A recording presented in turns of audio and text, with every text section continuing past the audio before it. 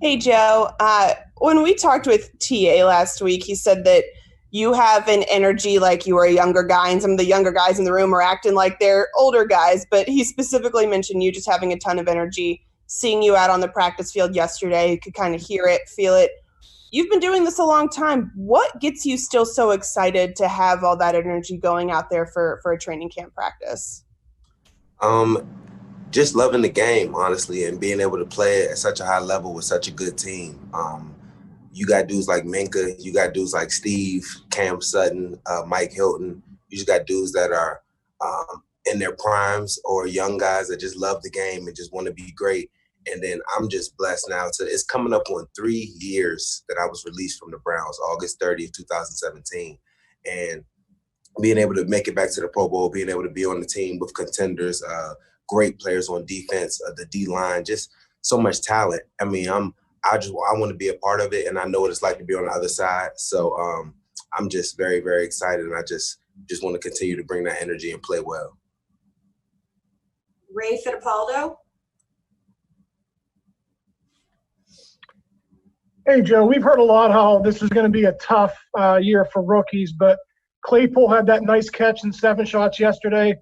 What's it like guarding him? And do you think a guy like him could, have an impact on the offense early this year? Man, I think he can. I think he's impressed me for sure. Just his size, his speed, his ability to adjust to the ball in the air. And then he doesn't really say too much, man. He's just out there every day. I've seen him just working hard, asking questions on the offense, just getting the routes. And he's been doing a really good job. I think he's a great young talent, and his work ethic shows that he wants to be great. He doesn't do too much talking. He just gets after it. So as long as he knows the playbook, as long as he's, him and Ben are on the court of the checks and everything, I mean, I think he has all the physical attributes to be a baller.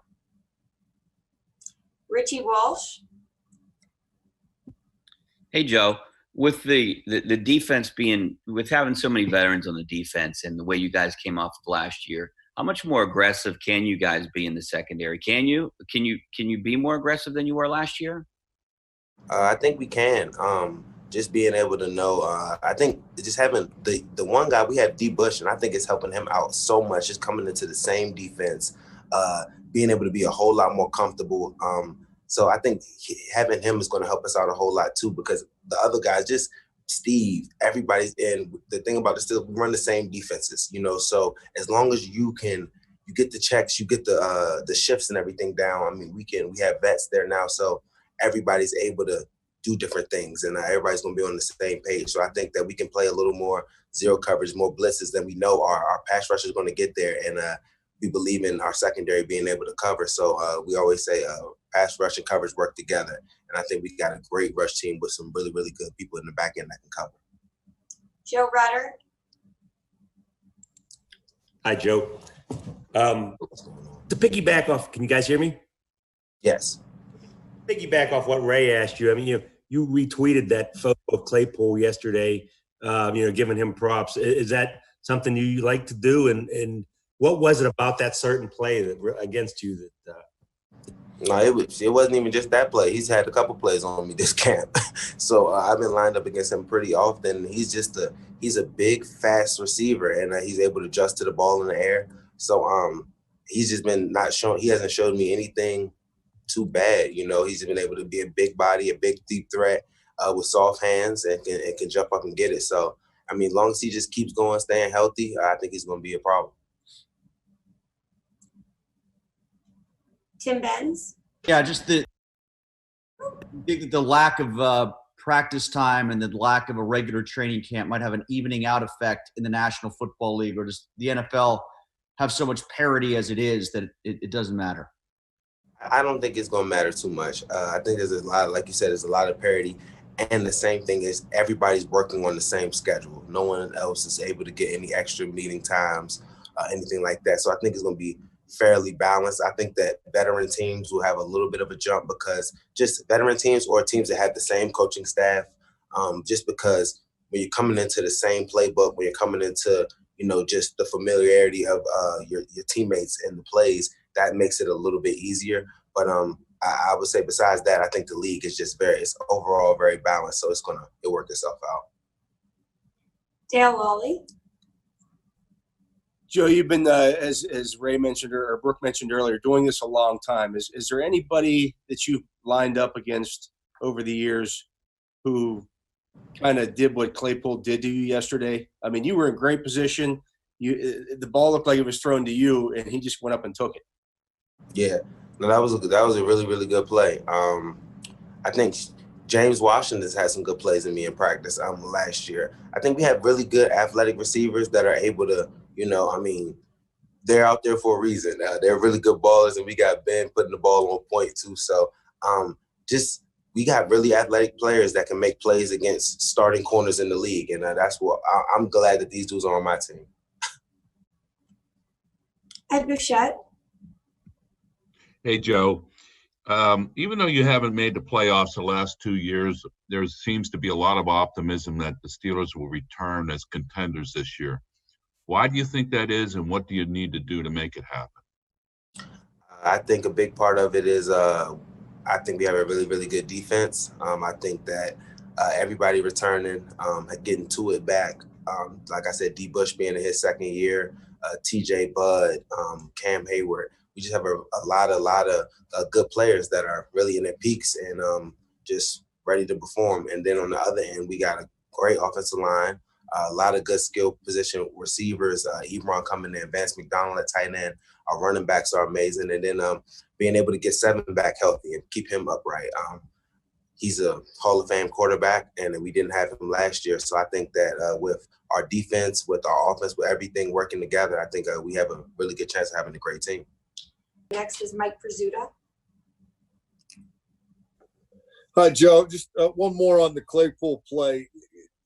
We're not allowed to describe stuff that we see anymore in practice. Can you take me through it? What did you see? How did the play unfold, and were you surprised it ended the way it did? Oh, no, it was just a back shoulder fade in the end zone from the 2-yard line. I was underneath of it, kind of went back shoulder, so I tried to play through the hands, and he kept it in his hands. He didn't let me knock it out. Thank you. Jenna Harner. Hey, Joe, when we talked with Coach Tomlin yesterday, he was kind of saying how it's a lot of Steelers versus Steelers, obviously with the lack of preseason games. For you guys, is there an added intensity in practice, or do you guys kind of have to balance the sense that, you're only going against each other this whole training camp until things open here?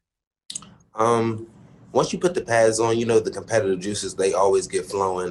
But at the same time, we know that we need them, and then they know that they need us. Certain things with just the not cutting each other, not when you have a wide open hit, don't, sometimes just pulling off, having that respect for your dudes, because coaches, they see what's going to happen. They know that you'll be able to make these certain plays. So just kind of, taking off a little bit when you need to, but at the same time, we're still battling, but we just want to make sure we get everybody through healthy.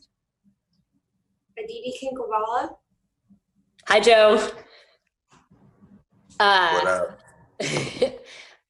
You talked earlier with Brooke about your own personal energy. When you don't have the fans in the stands, you don't have the music, you don't have, the St. Vincent atmosphere. What's your responsibility here to your teammates to keep that energy up, to keep that juice flowing? And if we do have a season without fans, how do you sort of prepare for that right now? I think we got enough. I think we have the defense and the guys like Watt, that he's a very, very energetic, hype, always screaming at each other out there. Bush, Mike Hilton, he talks his trash. Minka is just very, very passionate. We got a lot of dudes that, end of the day, when they get out on the football field, are very hyped and very just excited and are just energetic dudes. So while we've been out here for camp, we're just doing the same thing, and we can hear each other. We can talk. Everybody can make that communication. So it's definitely different. Like, it's not saying it at all, but just being able to just know what's going on and being able to just love what you're doing and just be out there is we got a lot of passionate players. So, they keep the energy up. Will Graves. Hey, Joe, we talked to Steven last week. I'm just sort of curious, what is it what's your relationship with him been like since he joined the team, and what is it about your skill sets that allowed you guys to be so, complementary and effective together? Being a corner in the league, you gotta have confidence, and then you gotta be able to just know that you feel like you can cover anyone at any time, and then at the same time not being cocky and not being able to not do it. I feel like Steve is a baller, and he has very, very quick feet, and he has that mentality that he can cover anyone, and he's not too smart to think he knows everything. Anytime he's always asking me, Joe's like, why do you play stuff like that? And just concepts and just being able to just chop it up with ball. It's not too many dudes that I've met have been like Steve that have been this talented and still just open for coaching from another player or just information from another player. And I think he's going to be a really, really, really, he's already a great corner. I think he's going to start getting the recognition he deserves just because he lines up versus the best receivers also and stays right in front of them. He's one of the quickest corners I've seen, and he's just getting better, just starting to read concepts and read routes. So we just talk ball a lot, and it's just a good relationship. Mark Cabali. Hey, Joe. Looks like Terrell Edmonds got off to a pretty good start yesterday. How important is it for him to be around the ball, maybe help with some turnovers to be able to have your defense continue down that path of, 30-plus turnovers in the season? No, it's big. I think he's getting more and more comfortable back there. He's working a lot of ball drills. He's been getting a hand on the ball a lot during this camp. I could tell he's been working on it. So, he has all the physical attributes. I think this year is going to be a really good year for him. Joe, you're as well versed as anyone on this team to talk about the other teams in the Steelers division. Is this division appreciably better than last year? Obviously, excellent quarterbacks on each team and some real challenges for you in the secondary. Yeah, I think it is. But I think this is all, ever since I've been with the Browns, this has always just been a very, very tough division with great receivers, with great quarterbacks.